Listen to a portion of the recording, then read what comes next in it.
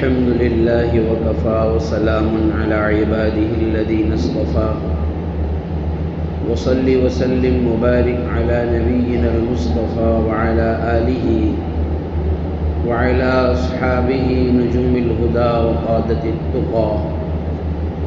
اللهم وفقنا لما تحب وترضى من القول والعمل وجنبنا الفواحش والمعاصي والخطايا والزلل. اللهم آثرنا وأكثرنا وأصلح لنا شأننا كله لا إله إلا أنت. أما بعد فأعوذ بالله من الشيطان الرجيم. بسم الله الرحمن الرحيم. من عمل صالحا من ذكر أو أنثى وهو مؤمن فلنحيينه حياة طيبة وَلَنَجْزِيَنَّهُمْ أَجْرَهُمْ بِأَحْسَنِ مَا كَانُوا يَعْمَلُونَ. وقال تعالى: وَلَا تَكُونُوا كَالَّتِي نَقَضَتْ غَزْلَهَا مِنْ بَعْدِ قُوَّةٍ أَنْكَاثًا تَتَّخِذُونَ أَيْمَانَكُمْ دَخَلًا بَيْنَكُمْ فَتَزِلَّ قَدَمٌ بَعْدَ ثُبُوتِهَا وَتَذُوقُوا السُّوءَ بِمَا صَدَدتُّمْ عَنْ سَبِيلِ اللَّهِ. وقال تعالى: ومن أراد الآخرة وسعى لها سعيها وهو مؤمن فأولئك كان سعيهم مشكورا. صدق اللہ العظیم. انتہائی واجب الاحترام بزرگوں، دوستوں اور بھائیوں، رمضان المبارک گزر جانے کے بعد یہ پہلا جمعہ ہے اور رمضان کے جانے کا اثر اور اس کے رخصت ہونے کے رجحان تو عید کے دن ظہر کی نماز سے ہی آنا شروع ہو گئے تھے، جیسا کہ آپ حضرات کو الحمدللہ اس کا تجربہ بھی ہے. کچھ لوگوں کو تجربہ مسجد میں آ کر کے خالی مسجدیں دیکھ کر کے ہے، اور کچھ لوگوں کا تجربہ نہ آ کر کے عملی طور پر ہے. تجربہ بہرحال دونوں کو ہے. اللہ تبارک و تعالی نے رمضان المبارک جو ہمیں عطا فرمایا اور وہ آ کر کے چلا بھی گیا، قرآن کریم کی آیات اور اللہ تبارک و تعالی کے اشارات اہل ایمان اور بندے مؤمنین کے لیے پوری زندگی کے ہر شعبے کے لیے مشعل راہ اور رہنما ہوتے ہیں. چنانچہ قرآن کریم میں اللہ نے ارشاد فرمایا: من عمل صالحا من ذکر او انثى وهو مؤمن. اللہ کے نیک بندے، اللہ کے مومن بندے جب کوئی عمل صالح کرتے ہیں، ایمان کے ساتھ میں بندہ جب کوئی عمل کرتا ہے تو دو باتیں اللہ نے بیان فرمائی. ایک ہے نیک عمل کا اثر اور ایک ہے نیک عمل کا اجر. ایک اجر ہے اور ایک اس کا اثر ہے. اللہ نے فرمایا نیک عمل کا اثر تو یہ ہے فَلَنُحْيِيَنَّهُ حَيَاةً طَيِّبَةً، کہ ہم ان مومن بندوں اور بندیوں کو پاکیزہ زندگی عطا فرمائیں گے دنیا میں. اور حضرت حکیم الامت حضرت مولانا اشرف علی صاحب تھانوی نور اللہ مرقدہ نے حیاتاً طیبہ کا ترجمہ فرمایا، ہم اس کو پرلطف زندگی عطا فرمائیں گے. اور پرلطف زندگی وہ ہوتی ہے جو دنیاوی اعتبار سے بھی خوشگوار ہو اور دینی اعتبار سے بھی خوشگوار ہو۔ اور اللہ تبارک و تعالی جس بندے کو دنیا میں نیک عمل کے اعتبار سے خوشگوار زندگی، دینی اعتبار سے خوشگوار زندگی عطا فرما دے، وہ یقیناً بہت بڑی نعمت ہے، لیکن اگر اس کے ساتھ ساتھ دنیاوی زندگی کو بھی وہ خوشگوار بنا دے، دنیاوی نعمتوں سے بھی اس بندے کو اللہ تبارک و تعالی سرفراز فرما دے، تو یہ نور علی نور ہے، دین بھی بن گیا، دنیا بھی بن گئی۔ تو حضرت حکیم الامت رحمت اللہ علیہ فرماتے ہیں کہ ہم ان کو پرلطف زندگی عطا فرمائیں گے، اور آخرت میں کیا ہوگا؟ وَلَنَجْزِيَنَّهُمْ أَجْرَهُمْ بِأَحْسَنِ مَا كَانُوا يَعْمَلُونَ، جو عمل انہوں نے دنیا میں کیا یا کیا کرتے تھے، آخرت میں اس کا بہترین بدلہ ہم اس کو عطا فرمائیں گے۔ اب تھوڑی سی غور کرنے کی بات یہ ہے کہ رمضان کی ہماری ایک زندگی تھی، رمضان میں بھی ہم ہی تھے، رمضان میں بھی ہماری اپنی ہی سانسیں تھی، رمضان میں بھی ہمارا اپنا 24 گھنٹے کا دن و رات کا روٹین تھا، معمولات زندگی تھی۔ چنانچہ جب بندہ مومن جتنا فیصد زندگی کو عمل صالح کے ساتھ گزارتا ہے تو اتنا فیصد اس کو حیات طیبہ ملتی ہے۔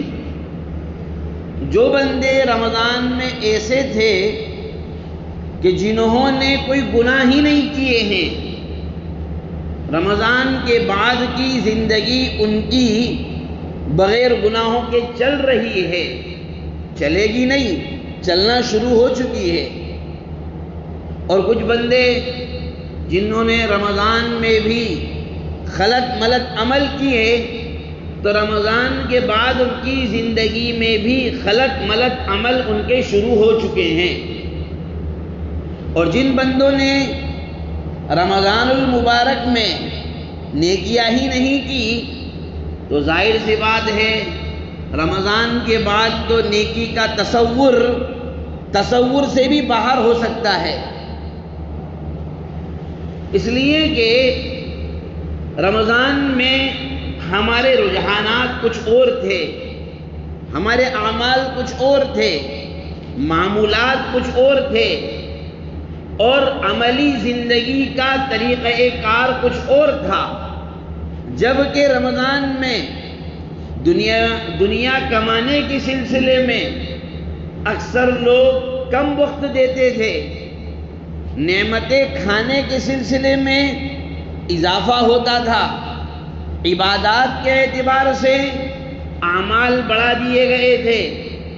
فجر کی نماز میں مسجدیں ماشاءاللہ ساری کی ساری پیک نظر آ رہی تھی، عشاء میں 5 وقت کی نمازوں کے علاوہ تراویح کی 20 رکعت بڑھا دی گئی تھی، لیکن اکثر لوگ اس کو پڑھ رہے تھے۔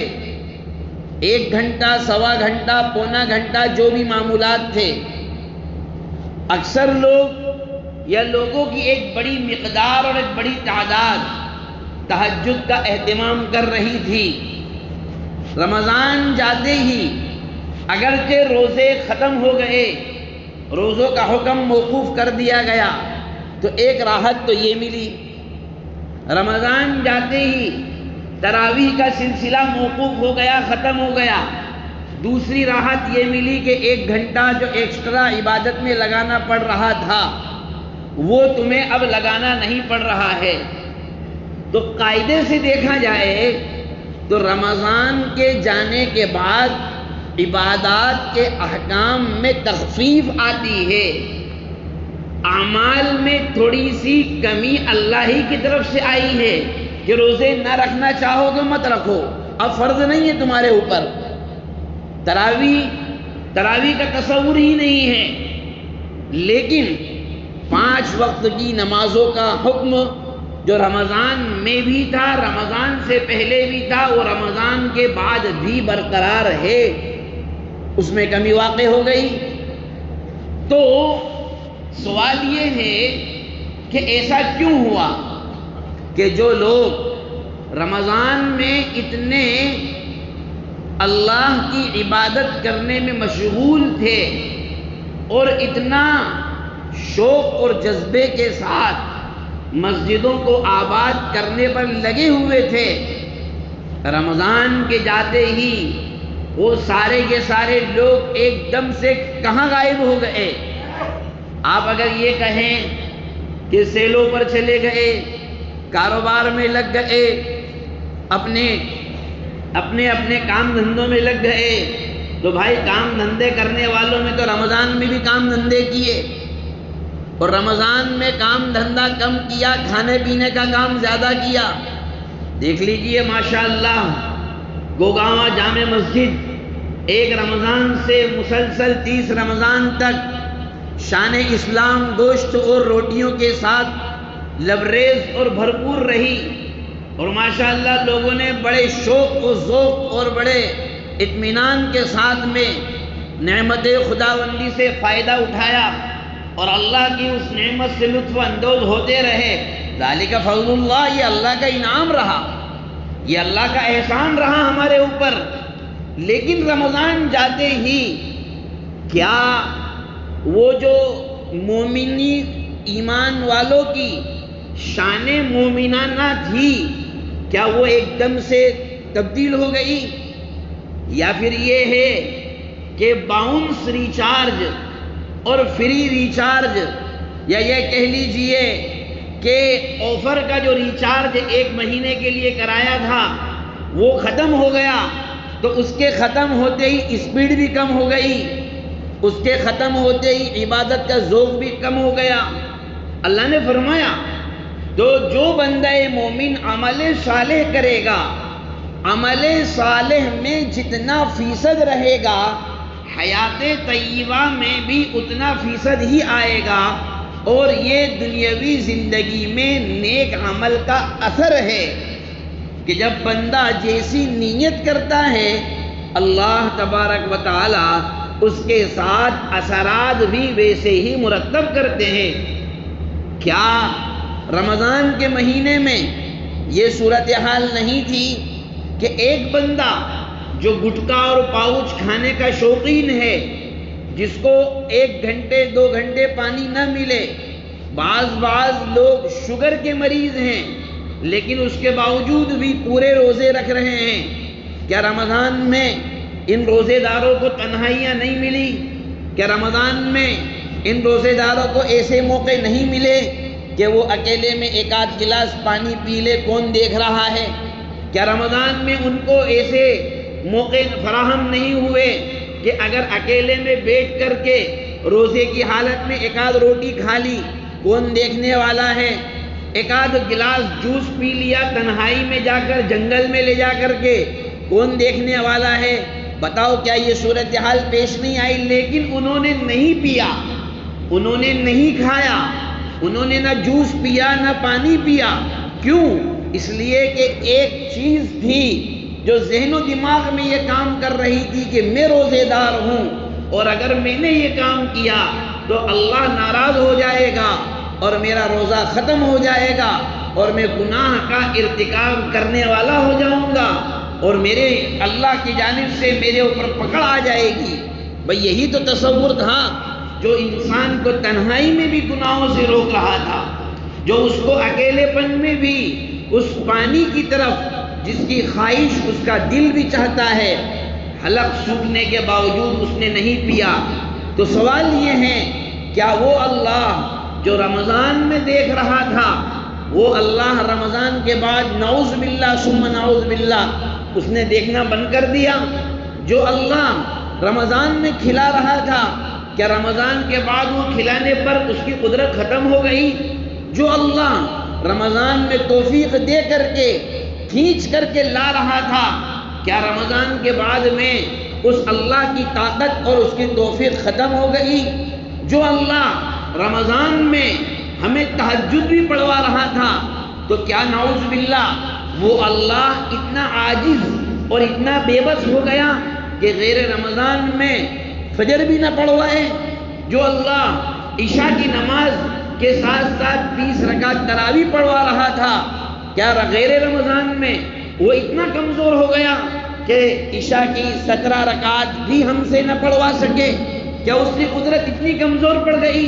ظاہر سی بات ہے، رمضان کا ہمارا اپنا ایک معمول تھا، رمضان کا ہمارا اپنا ایک عمل تھا، رمضان کی ہماری اپنی ایک زندگی تھی۔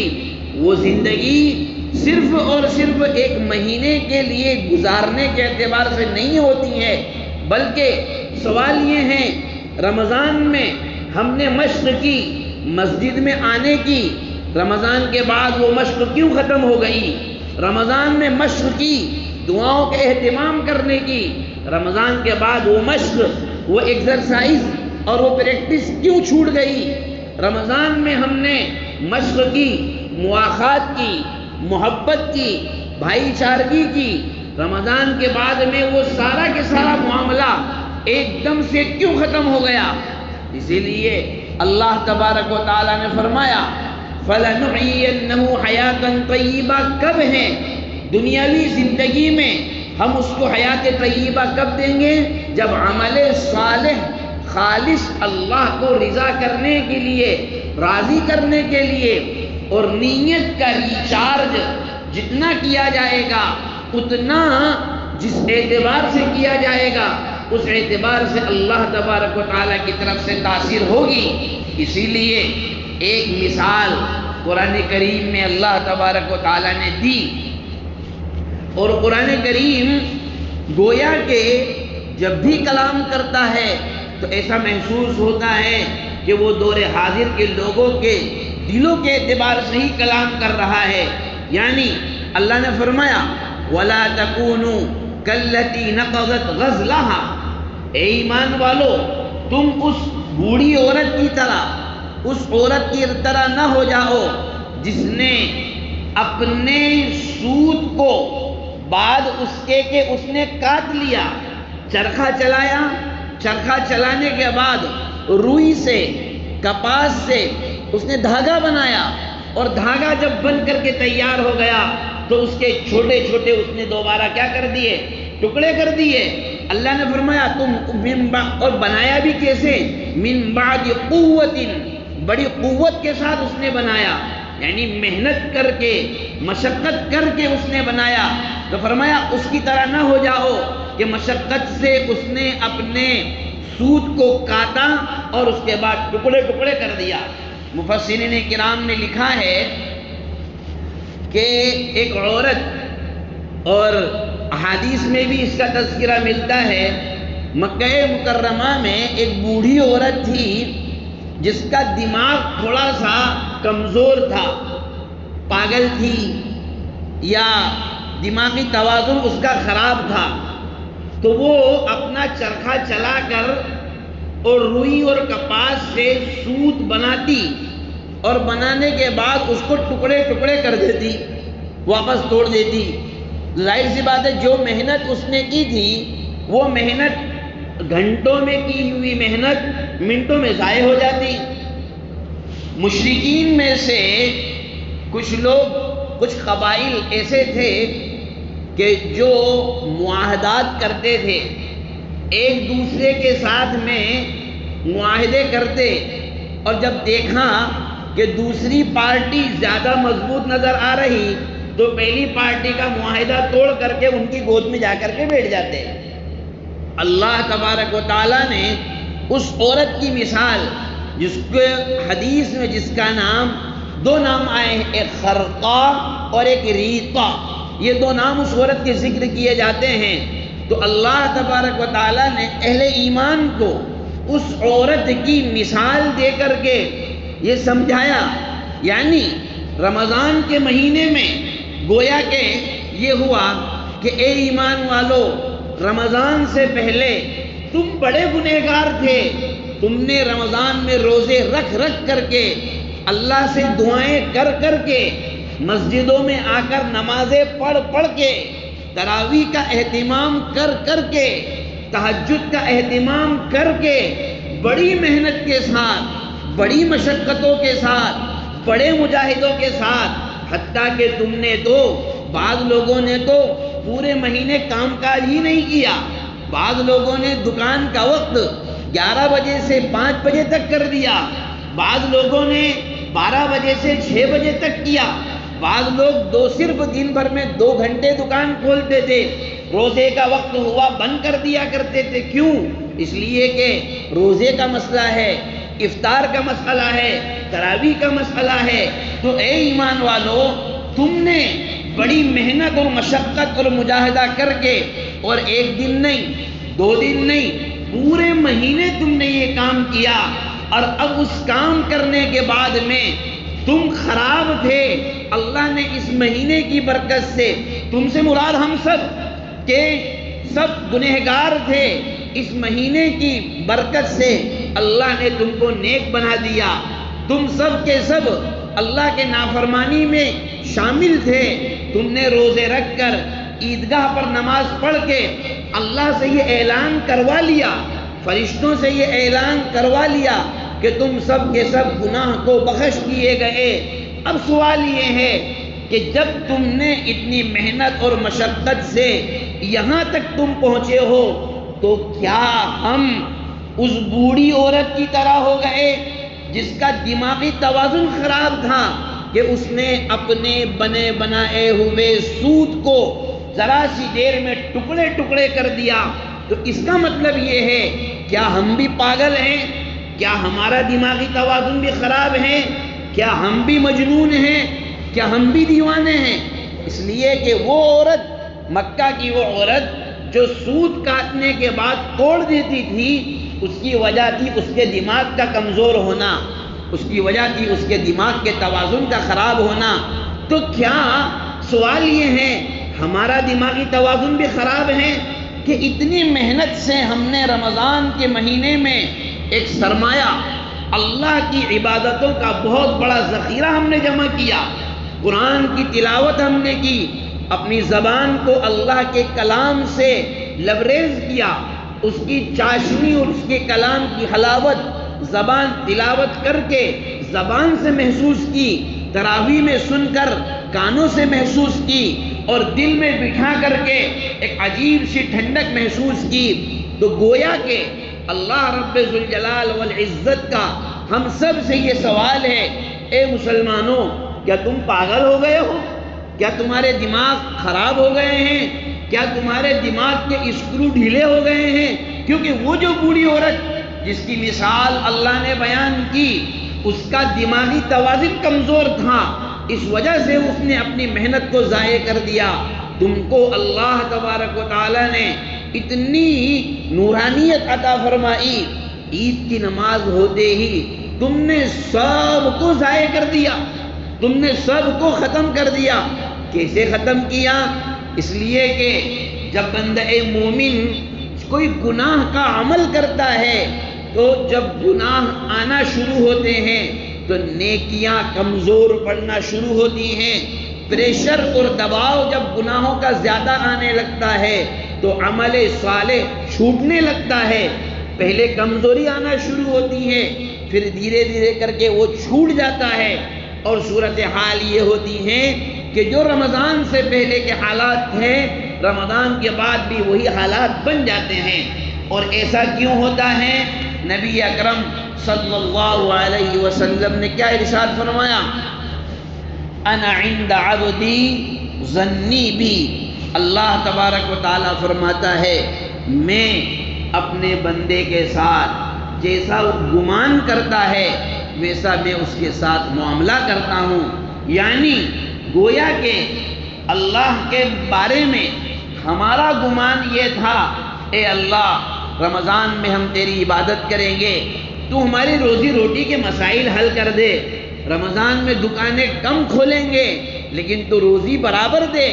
تمہارا گمان یہ تھا، ہمارا گمان یہ تھا، اے اللہ رمضان میں خرچے بڑھ جاتے ہیں، رمضان میں افطاری بھی لانا پڑتی ہے، سحری میں بھی کھانا بنانا پڑتا ہے، پھر عید کے کپڑے بھی بچے کے، جوتے بھی لانا پڑتے ہیں اور عیدی بھی دینا پڑتی ہیں۔ تو اے اللہ کام کم کریں گے، مزدوری زیادہ چاہیے۔ اللہ تبارک و تعالیٰ کے ساتھ یہ گمان تھا، اللہ تبارک و تعالیٰ نے اس گمان کے مطابق ہمیں روزی عطا فرمائی اور رزق عطا فرمایا، اور الحمدللہ ہر ایک کے رمضان اچھی طریقے سے گزرے۔ رمضان کے بعد چونکہ عبادات کا تصور ذہنوں سے نکل گیا، رمضان جاتے ہی ہم نے یہ محسوس کیا کہ کوئی بہت بڑا بوجھ، نعوذ باللہ ثم نعوذ باللہ، ہمارے اوپر تھا، وہ بوجھ ہلکا ہو گیا۔ کوئی بہت بڑی ذمہ داری جس کو ہم برداشت نہیں کر سکتے تھے، نعوذ باللہ ثم نعوذ باللہ، وہ ذمہ داری سے ہم سبکدوش ہو گئے۔ اگر یہ تصور ہمارا بن رہا تھا اور یہ تصور بن رہا ہے، تو رمضان کے بعد میں اللہ تبارک و تعالیٰ نے عبادت کی توفیق سلب کر لی، اپنے گھر میں آنے کی توفیق کو چھین لیا، اور صورتحال وہی ہے جو رمضان سے پہلے مسجدوں کی تھی، دوبارہ وہی کنڈیشن مسجدوں کی ہو گئی۔ یقیناً تراویح کم ہو گئی، لیکن عشاء کی فرض تو باقی ہے۔ تہجد پڑھنے والے چاہے کم ہو گئے، لیکن فجر کی فرض نماز تو باقی ہے، اور 5 وقتہ نمازیں ابھی بھی باقی ہیں۔ پھر مسجدیں اتنی خالی کیوں ہے؟ دلوں میں ایک دم سے تبدیلیاں کیوں آئی؟ وجہ یہ ہے کہ نیت رمضان تک کی تھی، اللہ تبارک و تعالیٰ نے رمضان تک کے حالات کو زندہ رکھا، رمضان تک کے حالات کو برقرار رکھا۔ اس کے بعد کی نیت کمزور تھی، اللہ تبارک و تعالیٰ نے عبادات کی توفیق کو چھین لیا۔ اور یہ نہیں ہے کہ اللہ رب ذوالجلال والعزت کی طرف سے ہمارے اوپر کوئی عذاب مسلط کر دیا گیا، نہیں۔ وَلَا تَكُونُوا كَالَّذِينَ نَسُوا اللَّهَ فَأَنْسَاهُمْ أَنفُسَهُمْ۔ جب آدمی خدا کو بھلا دیتا ہے، جب آدمی اللہ کو بھلا دیتا ہے، اللہ تبارک و تعالیٰ اس کو خود نصیبی دے دیتا ہے، یعنی پھر وہ اپنے آپ کو بھی بھلا دیتا ہے۔ پھر اس کے ذہن و دماغ سے یہ تصور بھی نکل جاتا ہے کہ میں وہی مومن ہوں جو آج سے 1 مہینے پہلے تھا، 15 دن پہلے تھا، یا میں کوئی اور ہوں۔ اور جب اللہ تبارک و تعالیٰ کی نافرمانی کی روٹین شروع ہو جاتی ہے، تو پھر اللہ اپنی رحمت کے دروازے بند کرنا شروع کر دیتا ہے۔ اس لیے میرے بھائیوں اور بزرگوں، اللہ ابھی رمضان جانے کو زیادہ دن نہیں ہوئے ہیں، 1 ہفتہ بھی ابھی نہیں ہوا ہے، یہ پہلا ہی جمعہ ہے رمضان کے بعد کا۔ لیکن ہم تصور کریں، اپنے آپ میں غور و فکر کریں کہ ہم نے رمضان میں روزے رکھے، کس کی توفیق سے رکھے؟ تراویح پڑھنے کی طاقت کہاں سے آئی؟ 1 گھنٹہ کھڑے رہنے کی قوت کہاں سے آئی؟ قوت ایمانی اور قوت ارادی جب مضبوط ہوتی ہیں تو اللہ تبارک و تعالیٰ کی طرف سے اسباب بھی ویسے ہی مہیا ہوتے ہیں۔ رمضان کی قوت ارادی مضبوط تھی، اللہ نے ثابت قدمی عطا فرمائی، اور رمضان جاتے ہی ہم نے یہ محسوس کیا کہ اب ہم چھٹے ہو گئے، اب ہم آزاد ہو گئے، تو اللہ تبارک و تعالیٰ نے ہمیں اپنے گھر میں آنے کی توفیق سے محروم کر دیا۔ ہم میں سے ہر شخص اپنی رمضان کی زندگی پر غور و فکر کرے، اپنی رمضان کی عبادات میں غور و فکر کرے، اور اس کی بنیاد پر، اس کے آدھار پر غیر رمضان کی زندگی کو منطبق کرے، اس کو جوائن کرے، اس کو جوڑے، اور یہ دیکھیں کہ جس اللہ نے مجھے اس وقت توفیق عطا فرمائی، وہی اللہ مجھے آج پھر توفیق عطا فرمائے گا۔ کہاں چلے گئے ہمارے وہ بھائی جو رمضان میں نظر آتے تھے؟ کتنے لوگ باہر گئے ہوں گے، کتنے لوگ دکانوں پر گئے ہوں گے۔ چلو، وہ لوگ کہتے ہیں سب اپنے کاروبار میں مشغول ہو گئے۔ ارے میرے بھائی، اگر کاروبار میں مشغول ہوئے تو جس جگہ گئے ہیں مسجدیں تو وہاں کی بھی خالی ہیں، جس جگہ پر گئے ہوئے ہیں اور جس شہر میں گئے ہوئے ہیں مسجدیں تو اس جگہ کی بھی خالی ہو گئی۔ تو تم کہاں ہو؟ کس دنیا میں ہو؟ اللہ تبارک و تعالیٰ نے، بلکہ ہم تو یوں سمجھیں اور یوں کہیں کہ ہمارے کتنے بھائی تھے جو رمضان سے پہلے اللہ کو پیارے ہو گئے تھے، اللہ نے ہم کو ایک موقع دیا اور ہمیں یہ کہا کہ ٹھیک ہے تم کو ایک چانس اور دیتے ہیں، جاؤ، ایک لائف اور دی تم کو، ایک موقع اور دیا، اور ایک مرتبہ ٹرائی کرو نیک بننے کی، اور ایک مرتبہ کوشش کرو میرے مومنین اور صالحین بندے بننے کی۔ اور ہم نے وہ کوشش کی بھی، اور ہم نے الحمدللہ ثم الحمدللہ روزوں کا اہتمام بھی کیا اور سب کچھ کیا، لیکن ایسا کیوں ہوا کہ رمضان کے جانے کے بعد میں اپنے سارے عمل کو اس بوڑھی عورت کی طرح جس نے چرخہ کاٹ کر کے محنت کر کر کے سود بنایا تھا اور پھر پل بھر میں اس کو توڑ دیا، ہم اپنے آپ کو ایسا اگر کر رہے ہیں تو یا تو شیطانی اثر سے ہم متاثر ہو گئے ہیں، یا پھر یہ ہے کہ ہمارا دماغی توازن خراب ہو چکا ہے۔ اللہ تبارک و تعالیٰ کی دی ہوئی اس توفیق کی ہمیں قدر کرنا ہے۔